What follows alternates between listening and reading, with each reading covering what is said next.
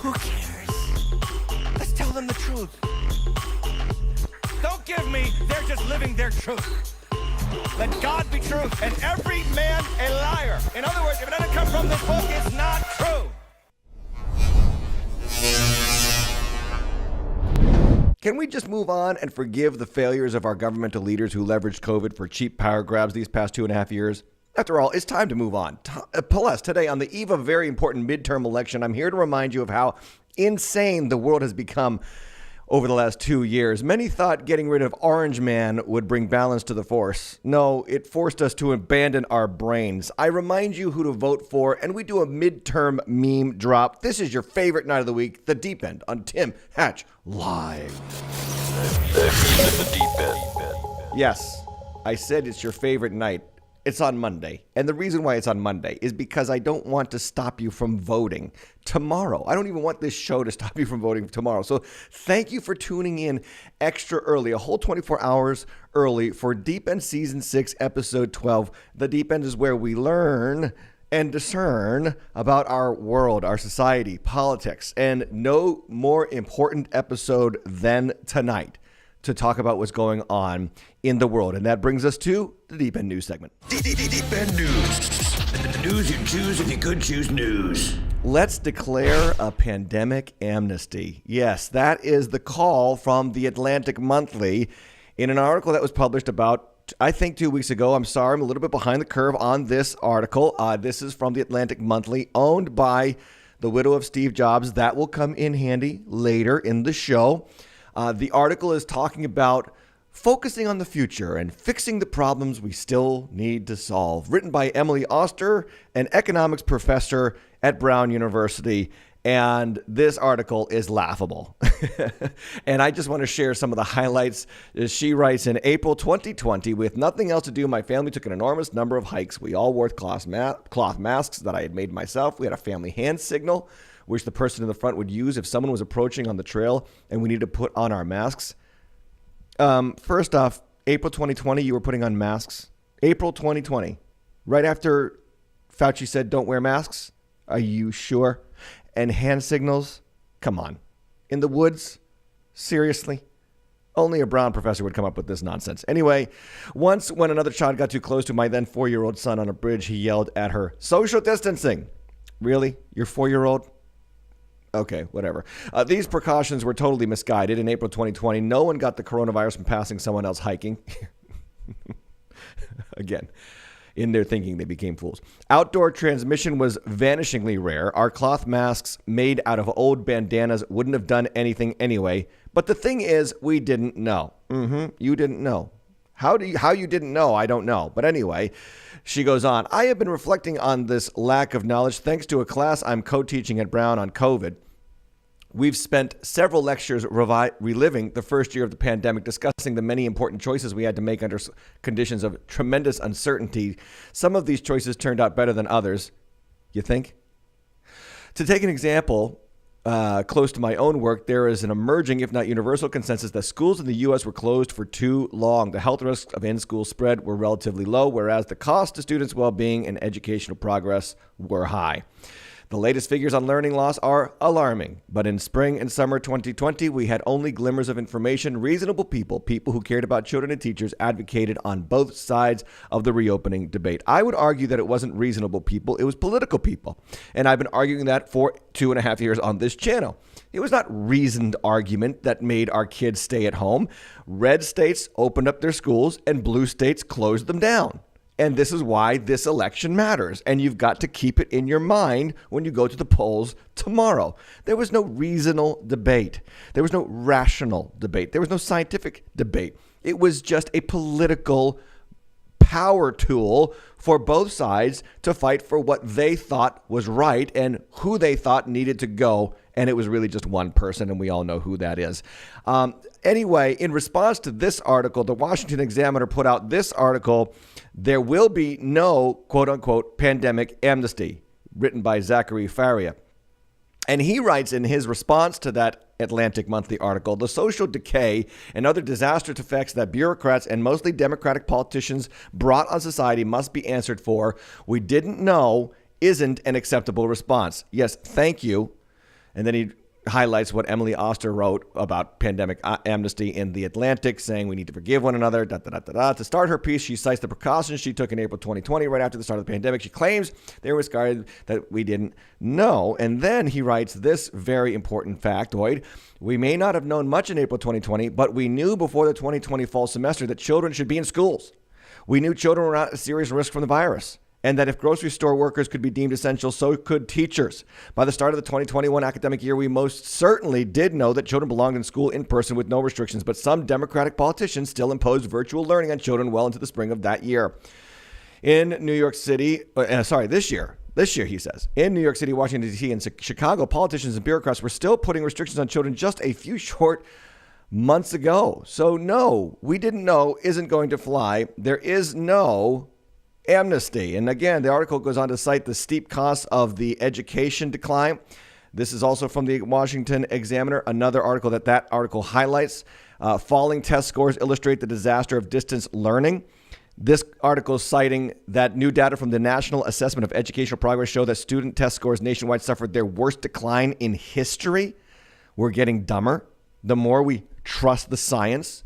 The NAEP, also known as the nation's report card, measures student proficiency in reading and math at the 4th and 8th grade levels. This year, it found that students at all levels, from the most advanced in the 90th percentile down to the lowest achievers in the 10th percentile, have seen a significant decline in their math and reading proficiency. And it goes on, one more thing just to highlight on this topic, and there's no question that the closures contributed significantly to the decline in learning. Why? Look what he says.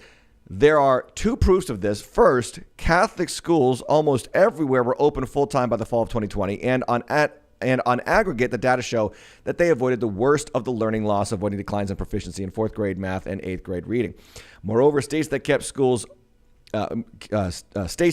more schools open experienced smaller declines in proficiency than their peers. So the science has proven that the red states, who by and large opened up schools and allowed personal freedom and believed that we could survive through this flu, they actually proved to be right. And the blue states that I believe leveraged this pandemic for political gain proved to be wrong. And now, here on the eve of a midterm election, which I have never really thought was important until now, really in my life, I'm 46 years old, I've never thought a midterm election was important until now. You need to vote, because this is the reality and this is the fact. There can be no forgetting.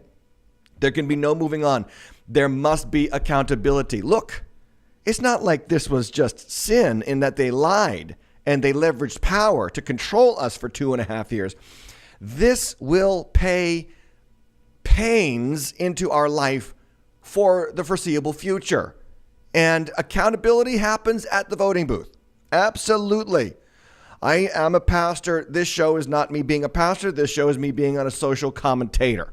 And in the name of all things good for us, I am asking you to go out there and vote and hold accountable the crazy political leaders that leveraged COVID for their political gain and have proven to be absolute disasters in their leadership. Democrats have the White House. They have both houses of Congress. Left-leaning news outlets do their bidding, support their causes without question. Big tech companies like Google, Facebook, and formerly Twitter made sure to suppress any view that contradicted the establishment's talking points. We have been living in 1984, and it's been too long. And the time to end that comes tomorrow morning. So get out there and hold them accountable. And if you need a reminder of why all this matters, well, friends, that's why I'm here. I'm going to do a special segment of Deep End Disclosure where we're going to remind you of the nature of our present bizarro world. Let's do it.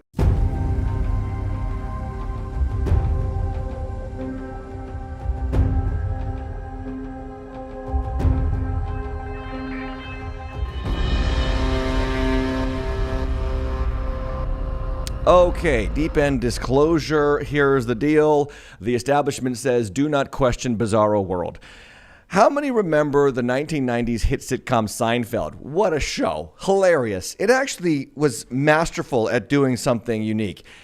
Seinfeld had the ability to touch very touchy topics. They talked about almost anything on that show, and they did it with great humor on both sides. They kind of poked fun at both sides of the very hot and contentious issues of the 1990s. Also, they predicted a lot of the things that we are seeing in our day, in this generation, is kind of ironic. But there was one particular episode called The Bizarro Jerry, where Elaine makes friends with 3 new guys who are the opposite of her 3 male friends, Jerry, George, and Kramer, on the show.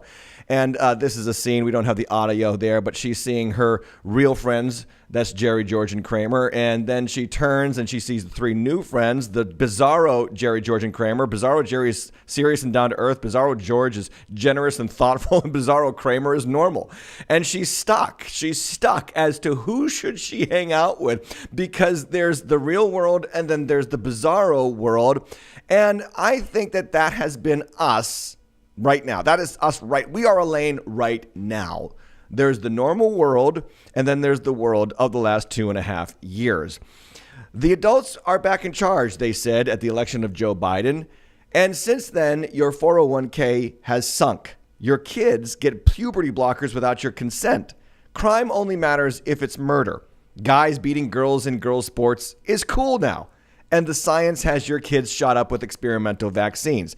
Please understand, it wasn't always this bizarre, but it is. And we've got to talk about it here on Disclosure. I want to give you a couple of examples of Bizarro World, America 2020 through America 2022.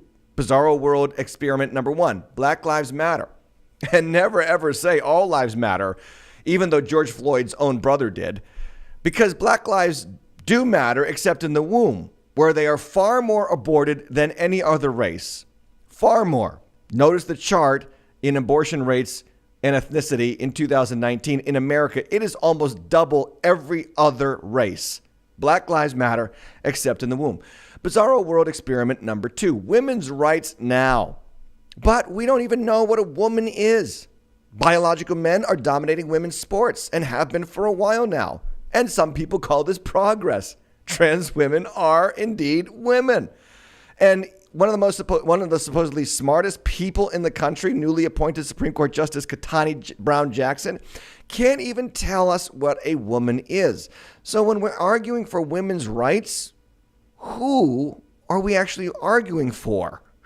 I give you candidate for re-election as the governor of Michigan, Gretchen Whitmer, literally put out an ad talking about how she is going to bring down the costs of feminine products. And in talking about this, she refers to people with periods. I kid you not. Watch.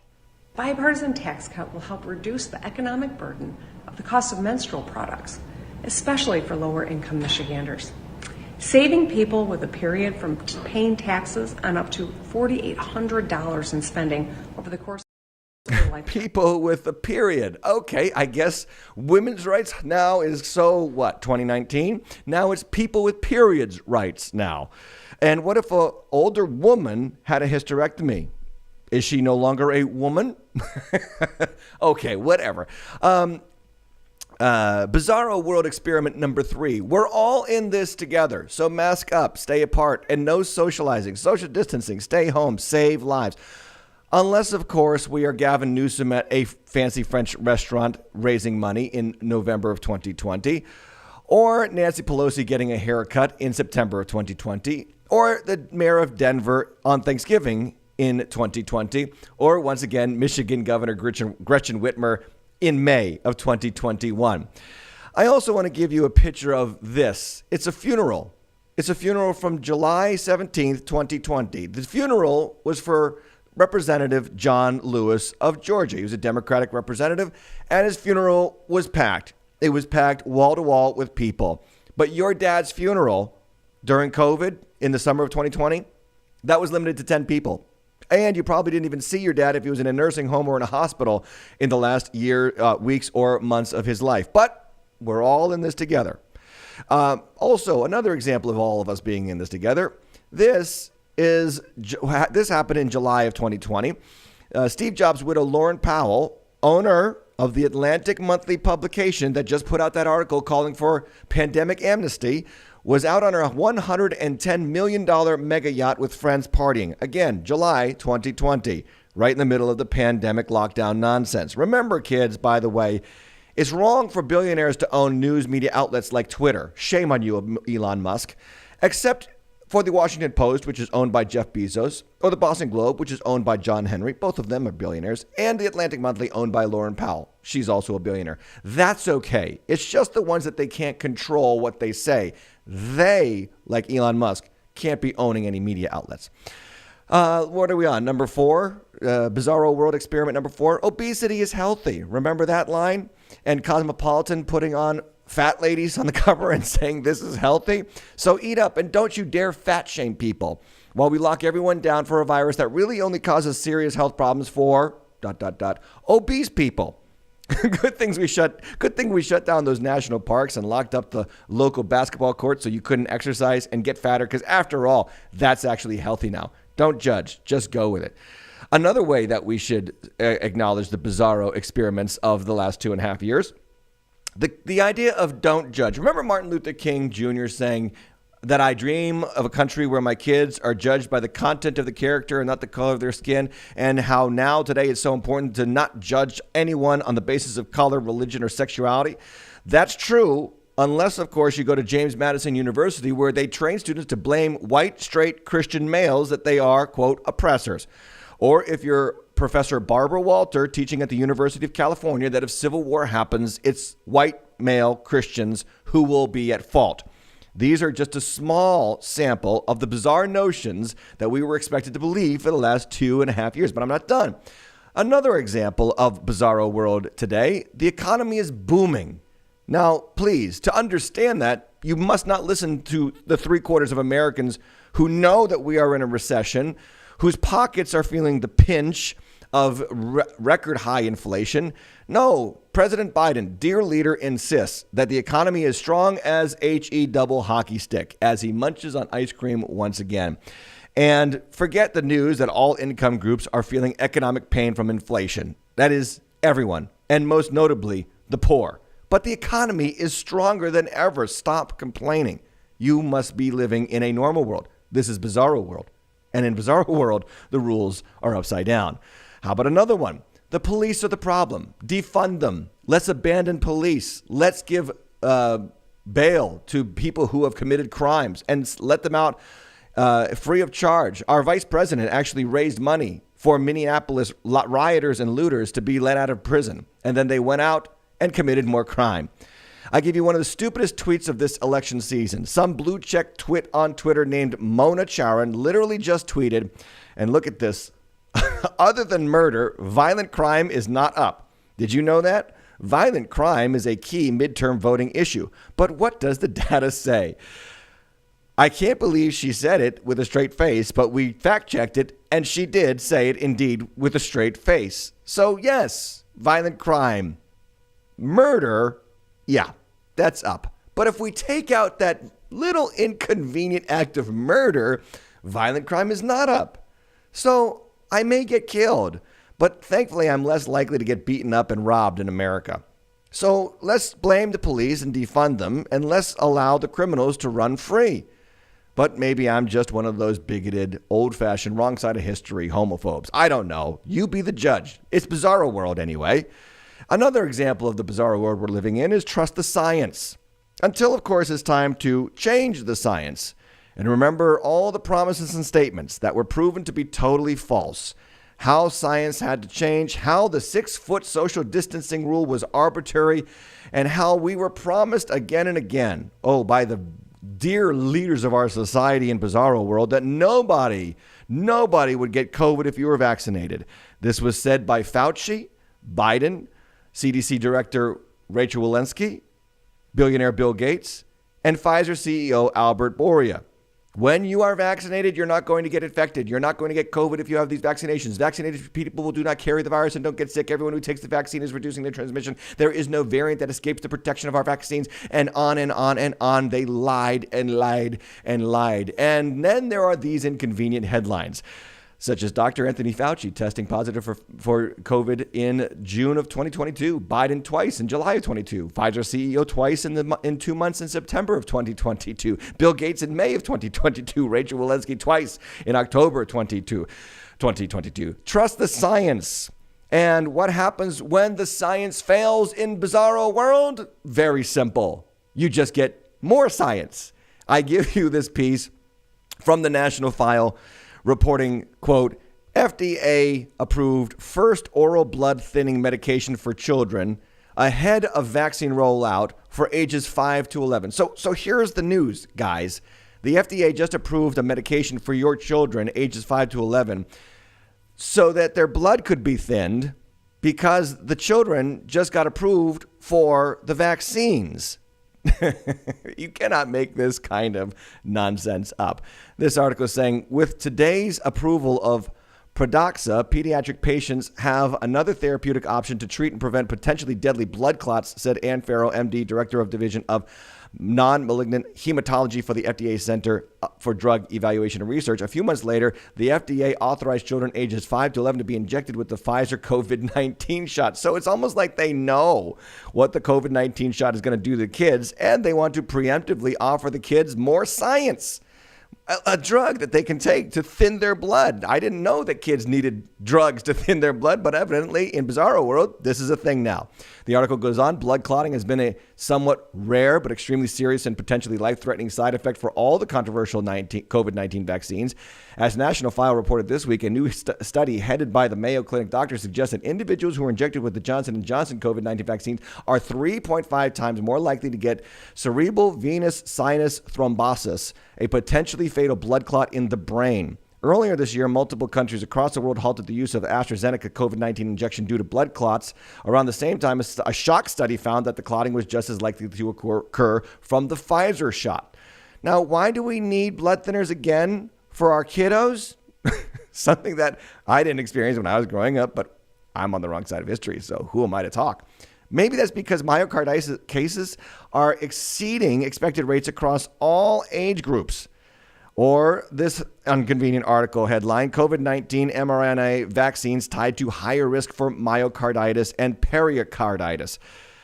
And I didn't know, again, that this was a serious problem amongst our youth. But evidently, on the heels of the COVID-19 pandemic and the subsequent vaccines and their heinous mandates from our federal government, this is now a problem for kiddos.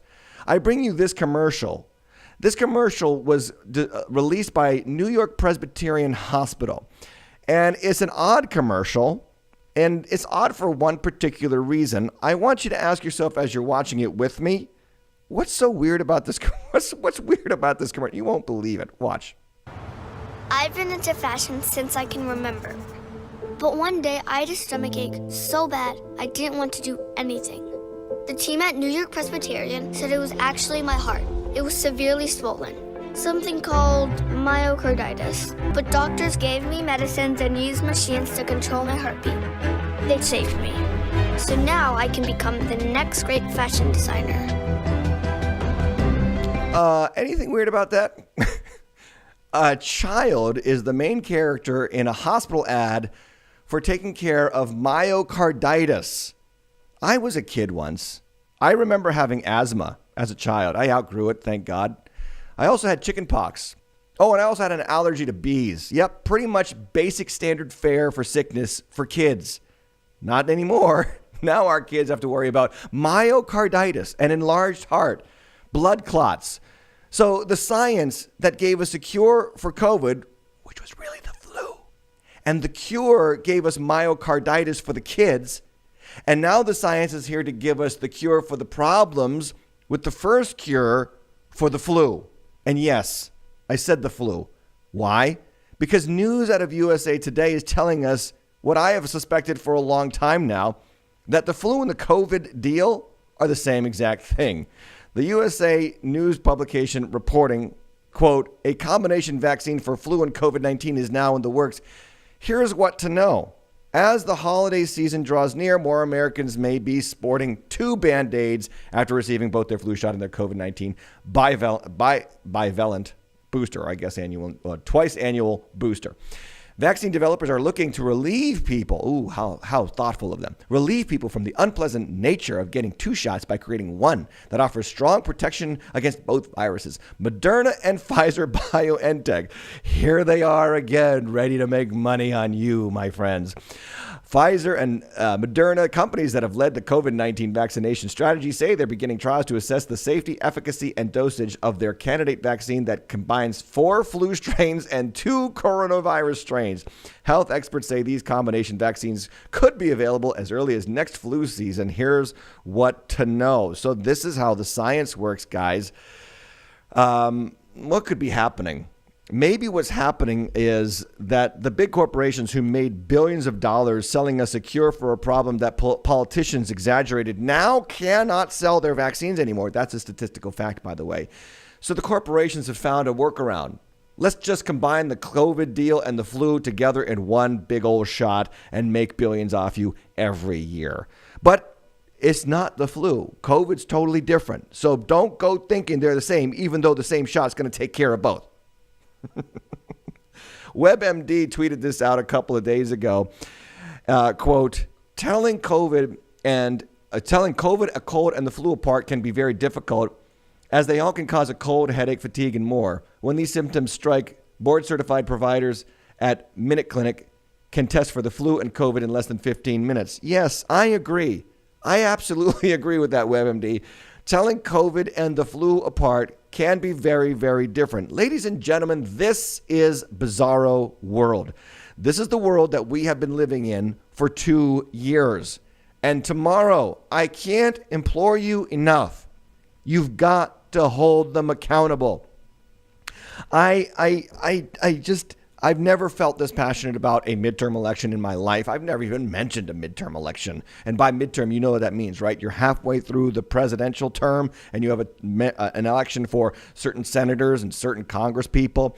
And by and large, there is one party, and I hate to be that guy who takes a side, but there has been one party, the Democrat Party, the party that used to stand for freedom and liberty, the party who said, we don't want to control you. We don't want the rules to be universal based on what you believe, became the religion of science party, the religion of control you party, the party that decided that they were going to tell you exactly how to live. And if you didn't follow the codes, you were a pariah. Didn't get the jab? We're going to blame you for killing grandma. Didn't wear a mask? Shame on you. You're killing your neighbor. We're going to vilify you. Remember when the White House promised a winter of death and sickness for the unvaccinated? Remember when President Joe Biden called it no longer a pandemic of everybody, but a pandemic of the unvaccinated? This guy right here is unvaccinated, and proudly so. I wasn't going to take an experimental jab. I wasn't going to fall for it. I wasn't going to listen to the adults who were now in charge, because the same adults who were saying trust the science over the COVID-19 pandemic were the same adults saying that kids should get hormone blockers, and Drag Queen Story Hour at your local library was freedom of speech. No, my friends, that doesn't fly when I approach common sense world as we all should live in, as the rest of human society has lived in for every other era except the last 2 years of American society. And so, yes, I'm here to remind you who you should vote for. Who should you vote for tomorrow? The politicians that stand against what we've just experienced for the last 2 years. So again, a reminder from last time, which politician demanded that you shelter in place and mask up? Which politician kept you out of work, socially isolated for months and years, separated you from your dying relatives in the name of science, kept churches closed and liquor stores open, backed vaccine mandates forcing many to lose their jobs for not complying, supports gender confusion in public education, supports murdering unborn innocents for whatever reason? And you better start, if you're a Christian now, voting the opposite way. Please understand who the people are, what they stand for. Do they really stand for freedom and liberty? Do they vilify Christianity and your conscience as a Christian? Don't vote for them. Don't give them that audience. Don't fall for the lies, and don't fall for the fear-mongering. More of that in just a moment. But here is something that I want to share with you. It's a very simple thought, and it's a thought that came to me earlier this week. Don't vote your values. Don't vote your values. Do you know why? Because your values don't matter. My values don't matter. My values don't matter one whit concerning the world. Do you know what values do matter? Biblical values. God's values. God values life from the womb to the tomb, and even beyond the tomb, because he's going to raise us to life again.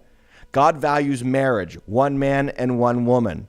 God values the Christian faith. After all, it was his idea to send Jesus Christ to die for our sins and bring us back to God. And it is clear more now than ever before. Yes, both political sides are so corrupt. They both are. And I am hoping that if, as we are expecting, a red wave takes place and Republicans launch into office and take back Congress, that they will hold the president and his manipulative agenda accountable. I'm hoping that they do. If they don't, this is the last time I will ever in any way tell you to vote any way in particular. But these last 2 years have got me fired up. These last 2 years was a bridge too far. And we have got to vote the right people in to hold accountable the demagoguing that we see taking place in our government right now. Now, to make light of all this, and before we go any further, I thought we would have a pre-midterm election meme drop. Remember meme drop? We did it with the Martha's Vineyard Venezuelan refugees fiasco. Well, let's have a little fun and do a meme drop, some fun stuff about pre-midterm election or midterm election eve. Let's go.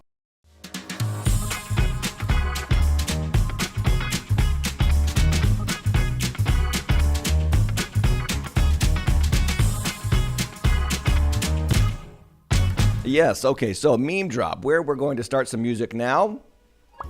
And we're going to take a look-see at some funny memes that are flying around the internet. I like this one. Someone said Montana looks like Joe Biden sniffing Idaho. And I can't unsee it. Yes, I do. I like that one. Okay, here's another one. Teach your kids to be men before pagans teach them to be women. Yes, I agree. And all of this, I don't know if you've been hearing about how many celebrities are going to leave Twitter because Elon Musk now owns it and he's the boogeyman. So this meme went around. I'm leaving Twitter. I'm leaving this group, but first I'm going to post about leaving this group. Then I'm going to stick around to see what everybody thinks about me leaving the group. And there's a picture of a baby crying. Yes, very appropriate. By the way, all the celebrities that are leaving Twitter, people are like, who? Okay, here's another one. When you tell everyone you're leaving Twitter because of Elon Musk, and it gets the most likes you've ever had. Man, I blew that one. When you tell everyone you're leaving Twitter because of Elon Musk, and it gets the most likes you've ever had. Yes, very good, very appropriate. Woman is crying at her phone. Okay, I'm not sure if this one is dignified. Let's just be honest, it's not dignified at all, but I'm going to share it anyway. Hold on a minute. I'm downloading some celebrity opinions. I like this one. Okay, holding our COVID overlords accountable. I like this. The guys at the doctor's office. At first glance, I'd say you had an arrow through your head, but I'll run a COVID test to make sure. Yeah, that's a good one. And then the whole obesity pandemic. That's really the pandemic that we're dealing with. Christians, sometimes we're just as guilty. I love this meme. Lord, please bless this food to the nourishment of my body. Have you ever done that? Have you ever prayed for the gross, greasy pizza?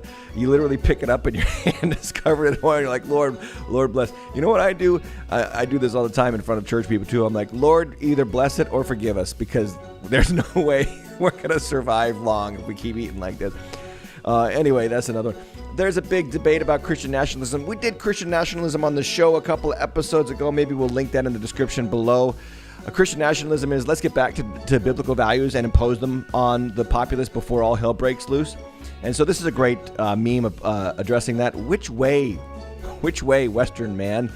Christian nationalism with a kingdom shining radiant glory on the left, or puberty blockers for 10-year-olds? It's like, you know, all those Christians who want to say, well, I don't think that Christians should get in politics because we're supposed to not be of this world. Okay, well, we have two choices. They're as clear as day now. So you pick which way you should go.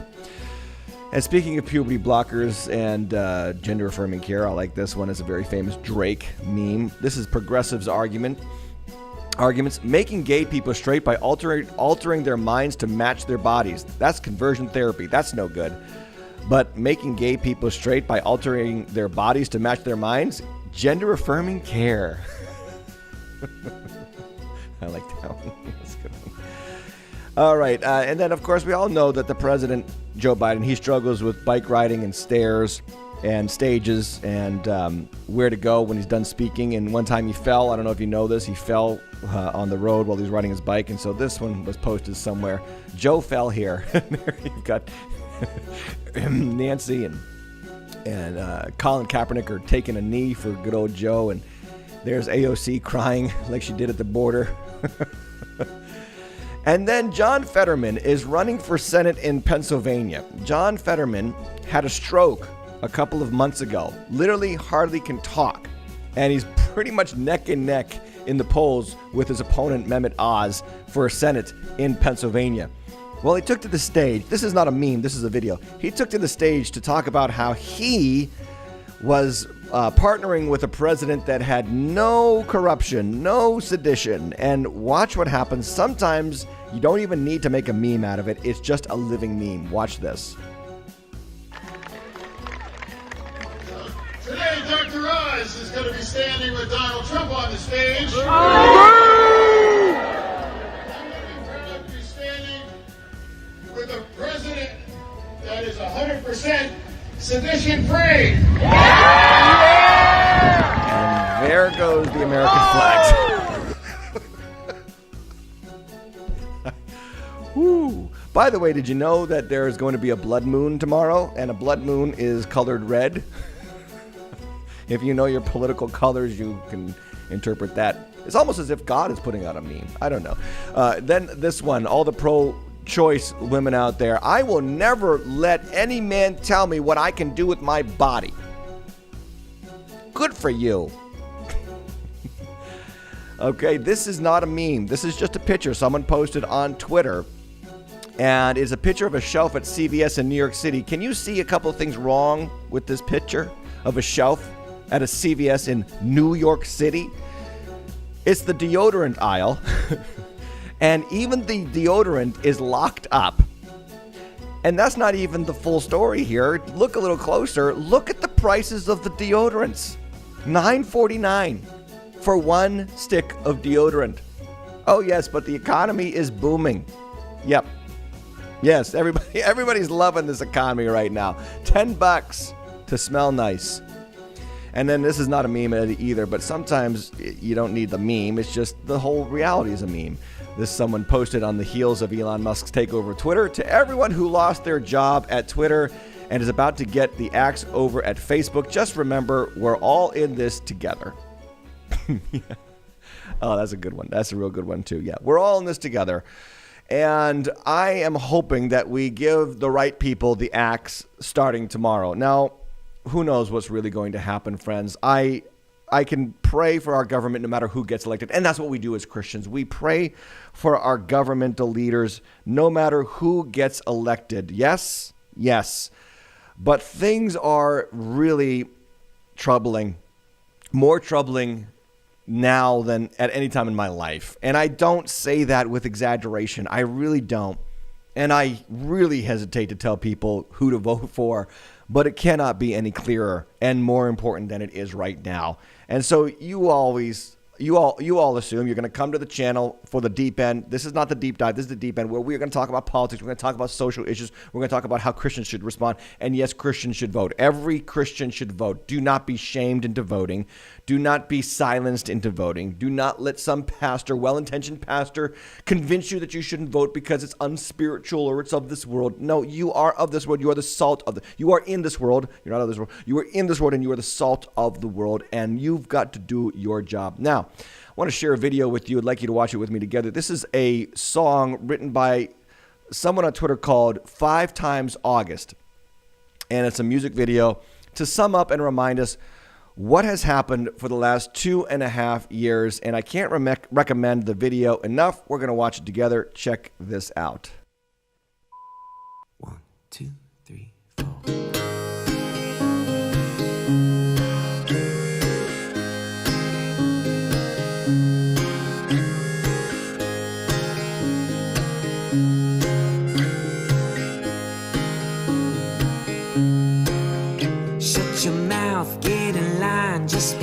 behavior, pay the fine. They're pulling on your backbone and taking out your spine. They want you weak, don't speak, don't question, don't think. Keep staring at your smartphone, get dumber every week. Now give up your freedom and shush. Oh Jesus, what happened to us?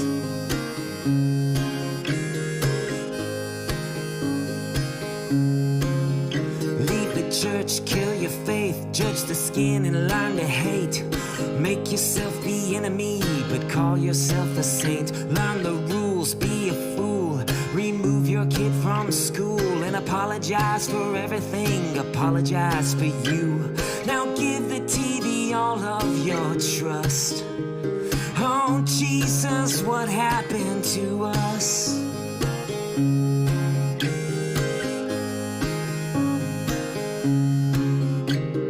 Mark, Jack, Bill, Joe, they'll tell you what you need to know. They'll give you your permissions and tell you where to go. Lights, camera, action, edit. We're so pathetic. You believe it cause you watched it. You believe it cause they said it. Now everybody stay home and rust. Oh Jesus, what happened to us?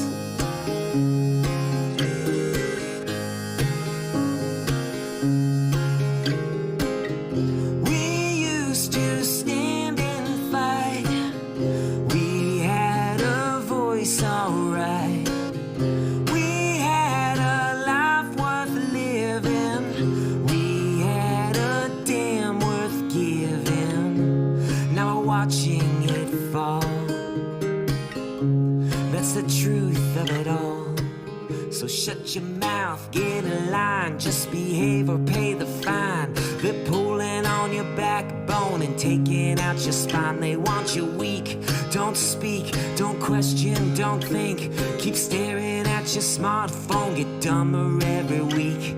Don't nobody put up a fuss. Oh Jesus, what happened to us?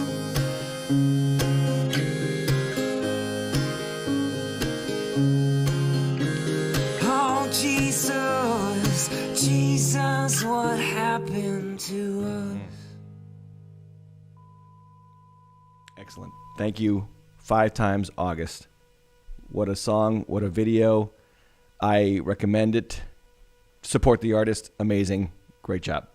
Leave you with a final couple thoughts just before we go to the polls. Everybody, this is my one-issue voting line for you. The people who shut down your businesses and killed your careers are now asking that you reelect them so that they can keep their jobs. Never forget what they've done to you. And like I said, 1 Timothy chapter 2 talks about this. We must pray and intercede and give thanks for all people, for kings and all those who are in authority, Democrats and Republicans, presidents, vice presidents, the people that we don't like, the people that we do like. We've got to pray that we might lead a peaceful and godly and quiet life in a dignified way. This is good. It pleases God, our Savior. We must pray no matter who wins, but we can absolutely vote and hope that the right people do win. Now, some of the Democrats are saying, listen, if you vote Republican, democracy is at stake. This is their final pitch, by the way. Democracy is at stake. If you vote Republican, if you vote in a Democratic election, suddenly democracy is no more. That's literally what they're going around the world saying. Because when you failed for 2 years, the only argument that you can make is, well, the other guy's going to be worse. And that's really what they're at. And so they traffic in fear. And I really hate when politicians traffic in fear. Both sides do that, by the way. But I would like to leave you with a quote from a former president who is also now trafficking in a lot of fear these past few weeks. And I think his quote is very apropos. Quote, "Leaders who feed fear typically are also ones who avoid facts," end quote. And that was said by none other than President Barack Obama. So that is my advice to you concerning tomorrow. That's why we're doing the show tonight, so that you can get to the polls tomorrow. Now, let's close out the show with some really good news. Really good. That's really good news. It's good. I am excited about this really good news. My next book is coming soon. It's called Ending Emptiness. Guys, I put a lot of work into this book. It was a hard book to write. It's on Ernest Hemingway, King Solomon, and you, and the book of Ecclesiastes. And the subtitle there is Finding the Fullest Life Heaven Can Offer You. I should almost add, in a world trying to confuse you. Anyway, the book is coming out very soon. Not sure exactly the exact publication date, but I want to give you guys an opportunity to get a hold of the first chapter as soon as possible. And how can you do that? Well, you can support the channel. I'm always asking for your support because we want to get advertising dollars into the channel so that we can support and flood the marketplace with this content and get it farther than it's ever gone before. So here's the deal. Support the channel for any amount, and we are going to send you the first chapter of the book digitally for free. That means you can send $1. You can send 50 cents. I don't care. Well, I do care, but the more the merrier. And any dollar or any amount coming into the show through the Cash App, Tim Hatch Live, or timhatchlive.com/support, you get the first chapter digitally sent to your email for free. So when you send us the financial support, please put your email in the memo so that we can get that right out to you as soon as we can release it. It's not releasable yet. It'll be released in the next couple of weeks. If you are a monthly supporter, I call you guys the Dependables, okay? The Dependables. You're going to get a free printed copy of the book upon publication. That's just a small token of appreciation for your help in continuing to support this content. And in other good news, the deep dive is back tomorrow night, where we are headed back to the book of 1 Kings. So join me tomorrow night for, Wednesday night. We're not pushing that up. We're going to do that on Wednesday night. So ignore tomorrow night. We're going to do that on Wednesday night, the deep dive, 7:30. I am looking forward to being with you after the midterm elections. Get out there and vote. Hold them accountable. It's imperative that you do. Be the salt of the earth and the light of the world. And no matter the results, let's pray for our leaders that they'll wake up from this crazy, bizarro stupor. God bless you. Have a great night. Take care.